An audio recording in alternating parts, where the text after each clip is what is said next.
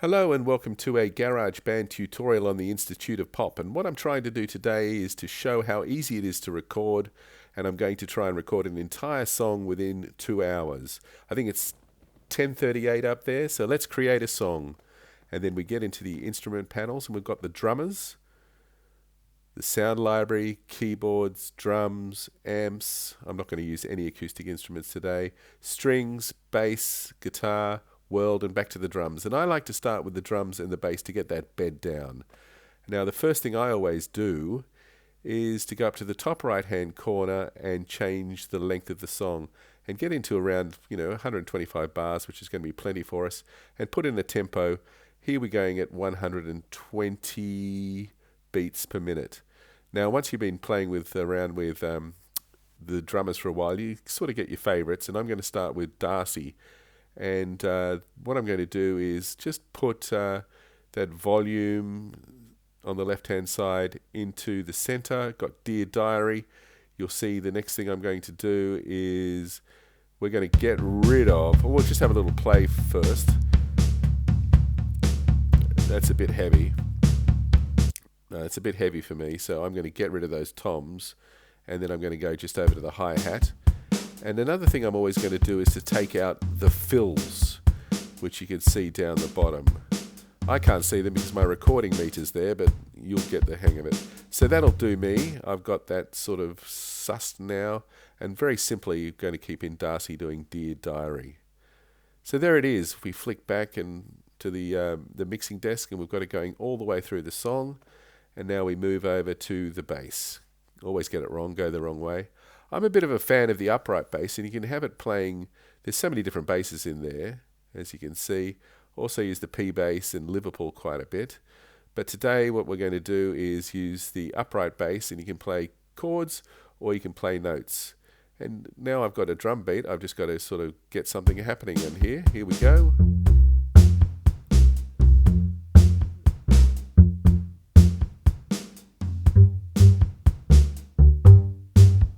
Just following the drums with the bass, and it's as simple as that. Now we're going to hit record and go for it.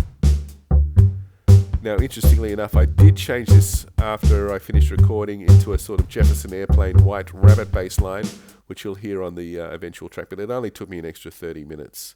So there it is now. We have the bass line in there, we can play it all good, and what we're going to do is cut it down to 5 bars. See, I've got a little bit too long there. I'm going to cut it down to 5 bars, and what I'm going to do from there is to click on it and hit loop, and then it's now playing all the way through the song. Just checking to make sure that loop works fine and all is good. I can work with this. So what's next? I reckon let's go for some keyboards. So many different sounds in the keyboards. Hit it on there, and as you can see up the top, we've got lots of options there. On the left hand side we've got rhythmic, arpeggiated, bass, brass, etc. But what we're going to do is go into Alchemy Synth, and I'm looking for a pad. And again, so many different options now, so many different sounds. You can choose whatever you want all the way down, shift around, and you can play with them. It's so easy to do. And what I'm going to do is I'm going to go for some blue air. Why the hell not? A bit of blue air. So I'm in D. By the way, I never change the key. It's always defaulting in C for me, but that's more advanced if you want to change the key. And now I'm going to start messing around until I get that sound. So we're going to take a little pause there. All this has now been achieved at 10:42. And you can hear my basic riff that I'm going to be using for my sound. Just a D, playing around with that Jefferson Airplane White Rabbit feel again. Take a pause until that's all done. And there it is. What's the time now? 10:48. Hard to see, but there it is. So we've got the drums, we've got the bass, we've got the basic synth as well. And it's now time to get another instrument. And so we scroll through until we get, oops, let's get back to the guitar. And what we're going to do here is we're going to choose any one of these guitars. I'm going to go for I think I've gone for a classical guitar there. Once again, we could play chords, we could play notes, but I'm going to get straight into it.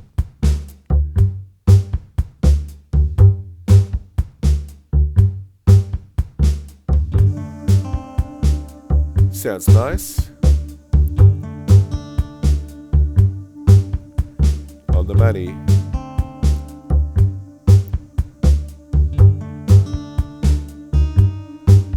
Alright, so I'm a guitar player, so I have some idea of the notes that I want to play, and pretty easy to sort of get that groove happening very early on there. So we move on again. At the time is 10:49.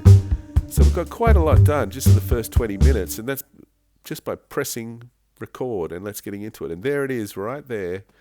We see that the guitar has now come up. Just check it out. Sounds good.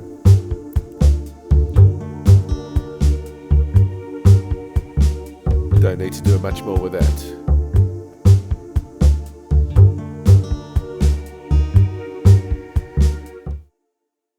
So the next thing I'm going to do is come out of the song and to save it and rename it, because occasionally you do get the odd crash in GarageBand. So let's go in and save it and name it so we know that it's not going to get lost. I'm going to call it 2 hours. And speaking of which, what are we at? Still 10:50. So I've taken about 20 minutes now to write lyrics for this song, and it's time to put on a guide track for the vocals. So we go into audio recorder, and there's the microphone down there on the bottom left, and it defaults open to generally clean or lead vocals, and there's lots of different sounds you can use. These are all the fun ones. But I'm going up to studio, and not lead vocals, I'm going to extreme stereo, which is my vocal of choice. I'm going to trim the tone and the compression, and I'm going to make sure bottom right I put on the monitor on. So I move the cursor to exactly where I want to come in with my guide vocals, and we're going to hit record, and we're going to come in. Ribbons of rain streak on the glass, shimmer, and you can see it's all coming in there very nicely. And so there we are. I think it's 11:11, so we're about half an hour in, and already we have our bed done, some keyboard, some guitar, and our guide track for the vocals. Next up, what I want to do is place the acoustic guitar in between the breaks. So what I do is tap on it, hit copy, and then align it to where the first break is. There we go, paste it in, and as you'll notice, it's way too long, so I've got to cut it in half. And we do that by finding the space with the cursor that's exactly right. Tap on it, hit split, splice down, and the section we don't want we just delete, and we do that for the rest of the song. Pretty easy stuff. I don't know if I can go through this once more. Lines up perfectly. Let's move on. So the next thing we're going to do is take that keyboard of Blue Air, trim it back so it's just over the introduction, and then we're going to copy and paste it into the breaks between the verses. Copy and paste all the way through. Easy. And there it is. So now I'm going up to the wheel at the top, looking at the time ruler just to see how long it is up the top. You can see instead of bars. And I want to add and double the guitar. So what I've done is duplicating it. And I'm going to switch it over now to not an acoustic guitar, but a classic clean sound with the echo on, bit of chorus, why the hell not? And I'm just going to double that acoustic line we had before. Pretty easy. Hope I can get it right and quickly, because the time's already at 11:17. Still got over an hour. Pretty cool. So there is that classic clean doubled guitar sound, but you notice it's gone a little bit too long, which is going to be problematic because there was a bit of a flub at the end. So I now need to just drag it over so it's matching up with the acoustic guitar. Absolutely beautiful. And then it's just a case of checking it out. Sounds good. Not worrying about mixing it all, but now it's copy paste until it's all in there. Let's do that. So the first two have been copied in, and there's the third one going in, but there's a problem, of course, because it won't sort of align if I copy and paste a second time onto the same track. So what I've done is duplicated, create a new track, and therefore we see the guitar is on the second track, but sounding exactly the same. Here it comes now. Fantastic. Alright, it's still sounding a little bit bland, needs a bit of filling, so I'm going to add a little bit more keyboard. This time I'm going to the rhythmic, and I went to elocution synth, I'm not too sure about that, but you get the sense really quickly whether something's going to work for you or not. Oops, there's the alpha wave's carbon particles. Now that sounds so much more interesting, doesn't it? Yeah, spacey, psychedelic, sci-fi, that's where we're going. And then you can play around with all the different sounds that come out of it. So cool. And you just choose whichever one you want and go from there. So back to the mixer, I've brought the synth in, and then what I like to do is raise it above the vocals because I like to keep the vocals all together. Let's have a little play. I don't know if I can go through this once more.